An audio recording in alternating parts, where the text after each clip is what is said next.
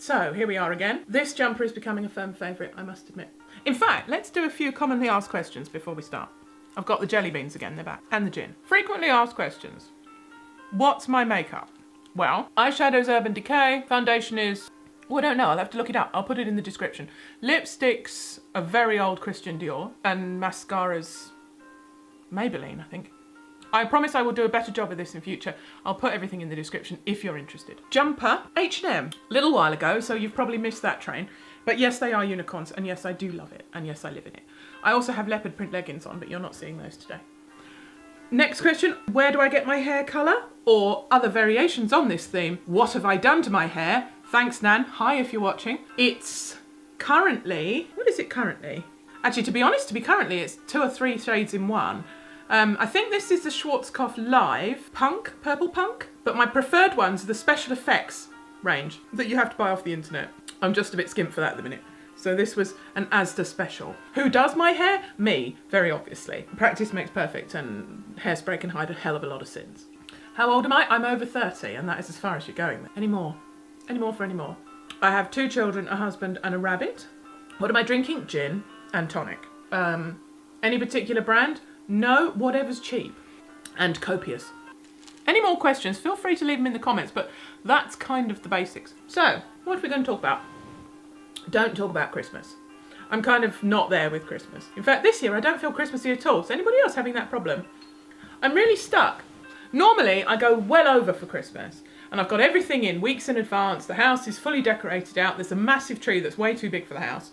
In fact, there's still a mark on the ceiling over there from where last year's Christmas tree was about 1 foot too tall. We had to cut the top off, and then it left a massive mark on the ceiling, and I haven't worked out how to get it off. I think I'm going to have to repaint the whole ceiling, and I just can't face it. I go over the top with presents. I go well over the top for food.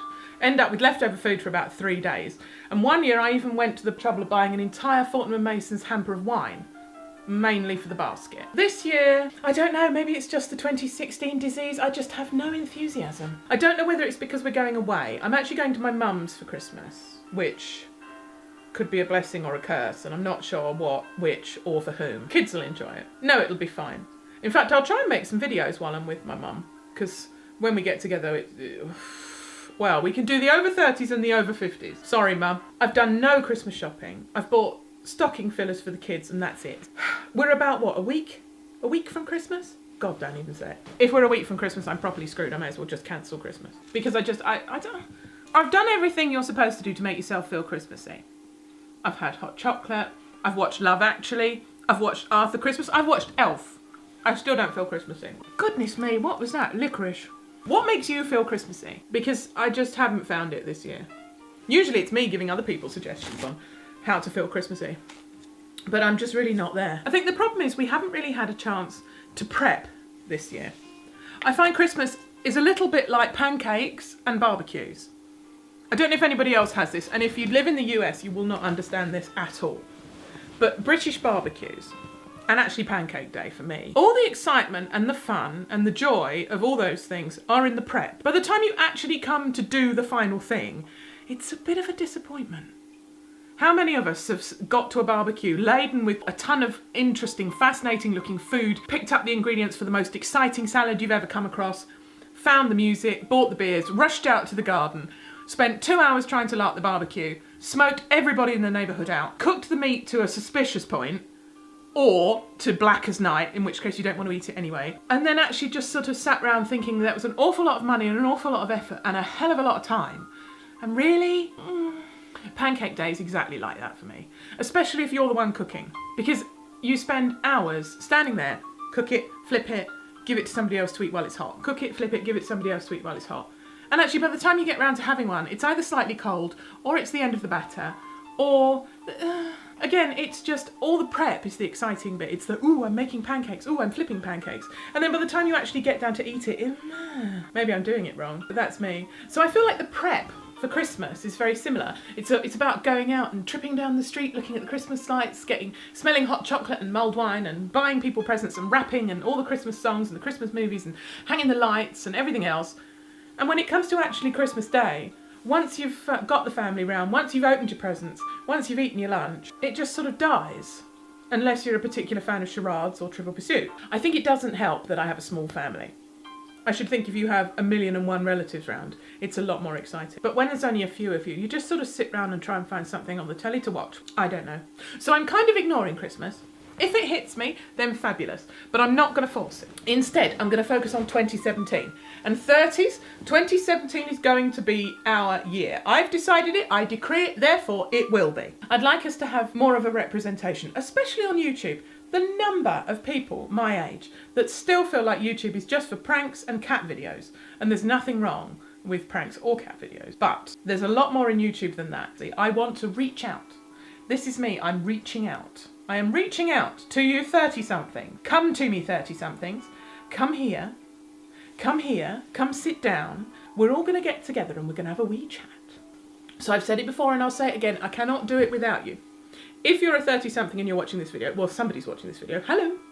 Whoever that is, thank you very much for watching my videos. I do appreciate it. If you've not hit subscribe, please do. It's free and it's down here somewhere, little red box. But more importantly than that, share this video, share any and all of my videos. If you have another 30-something you know of, then get them in too. It's a secret club that's not very secret because it's on the public internet. But anyway, I'll warn you now, I do have a tendency to waffle. Let me know if there's anything you particularly want to talk about. I'm quite happy to talk about pretty much anything. I do have an opinion on most things. If I don't have an opinion, I can certainly find one. I don't tell you I will always look this perfectly manicured and coiffured, because I won't even tell you how long it took. Have you found that? The further along in life you get, the harder and harder it gets to put makeup on. Although I find actually I'm doing a better job than I used to. But I just have to do different. But I'm not saying I need to change. See, this is the 30-something issue, isn't it? This is exactly it. You think you've got yourself an identity. You think you know who you are. You think you know where you're going, where you've come from, and who you want to be. But then there's that niggling little thing that says, yeah, but do I have any right to want purple hair when I'm 30? Isn't that more something that a 20-something would do? Do I not need to kind of settle down and just get a bit respectable? Where am I going in my career? Am I making the right choice? Am I high up enough? Am I not? Am I too high up? Am I taking work too seriously? Am I doing the right thing? Do I have a work-life balance? There are so many questions that all of us struggle with day in, day out. I'm sure I'm not alone. I swear, the new midlife crisis is a woman in her 30s. And nobody should go through that alone. So here I am having my midlife crisis on the internet in order to share it with you and hope some of you feel better about your midlife crises by joining in with mine. If that doesn't work, then I'm sure you can sit there and laugh at how badly functioning I am as a person. In fact, on that note, I had a horrendous day the other day. If you own a car and you can't tell me right now when your MOT is due, look it up on the internet, will you, for my sake? Because I was driving to Tesco's the other day, thinking I was going to save myself some money because I don't know if you've got a Co-op near you. It's the only shop near us. And oh my God, that place is so expensive. You cannot come out of there with 2 carrier bags for less than about 60 quid. It's unbelievable. If you start nipping in there all the time, you hemorrhage money, and I'm just fed up with it. So I said, right, I'm going to go to Tesco's instead. Only wanted a few little bits, but I thought I'll try and save myself some money. Yeah, well, that didn't work. Got to Tesco's, happily parked up, looked over, next to me is a big cop car. I thought, oh look, the cop's coming into Tesco's too. Got out the car, smiled, went to walk off. Is this your car, madam? Yes, officer. It's got no MOT. Yes, it does, due in April. No, 16th of November. Well, this video is mid-December, so you can see there's a good couple of weeks in there. So what happened was, I bought this car in April. I bought it from a dealership. Well, like a private dealership type thing. It wasn't like the Ford dealer. It was like a smaller one.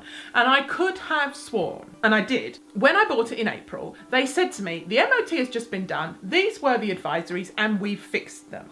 So my brain said, right, so the MOT is April. But I didn't actually check. Stupid! Because it wasn't. It was in fact November. So what they must have actually meant was we picked the MOT certificate up and looked at it and fixed what it had said, as opposed to actually redoing the MOT in the April. £100 fine for not having an MOT. And then I couldn't drive it anywhere. He said, we'll allow you to get it home, madam, but the next place you need to drive must be a booked MOT. On a Saturday? How many garages near you will do an MOT on a Saturday? So in the end, I had to drive, how far is it? 70 miles, I think, from here to a quick fit for a lunchtime appointment. The only appointment for an MOT. Then it failed, only on one thing, but still it failed, which cost me more money. So I went back to collect the car, having, when they've said, right, we've fixed everything up for you. Oh, by the way, the only problem is the only MOT tester we have goes home at lunchtime on a Saturday. Can you bring it back on Monday for a retest? I was like, well, no, of course I can't bring it back on Monday for a retest because I can't drive it unless it's got a valid MOT. Put it this way, we left here at 9 o'clock Saturday morning. We got home at 6 at night. I mean, bless them. Actually, they rang round every single garage within about a 20-mile radius to try and find an MOT tester that would come in, retest my car so that I could go home. See, this is another problem. I don't know how many other 30-somethings get, but I ended up actually crying on the bloke. Felt like a complete hormonal mess. Literally, I was like, oh, I'm so grateful you've totally saved my life. Not my finest hour, but it's all fixed now. I just couldn't believe it. I was like, oh, are you joking me? Merry Christmas. In fact, I said that to the coppers. I said, I'd really like to say thank you. And as I got out of the car, but I really can't. £100 fine. So there goes all the extras I was going to get for Christmas. Does anybody else end up getting shafted just before Christmas? It can't just be me, surely. But there we go. So if you don't know when your MOT is, look it up. And your tax, actually. I know a lot of people that have been done for not having valid tax because it's not on your car anymore. God, I sound like an old woman. This is meant to be about 30-somethings, not 60-somethings. Oh, you can't get a coffee for the price you used to, lovey. Oh, no. Oh, I remember when I used to have to walk 2 miles to school and 2 miles back in the snow, even in the summer. Well, I'm just sitting here getting slowly drunk, so I should probably go. Because I'm not sure I've got anything really worthwhile saying tonight. I'll be back again in a couple of days. Mondays, Wednesdays and Fridays. So tune in again. You never know, I might have a pearl of wisdom in the bottom of this glass somewhere. And don't forget, next time, bring a friend. Cheers.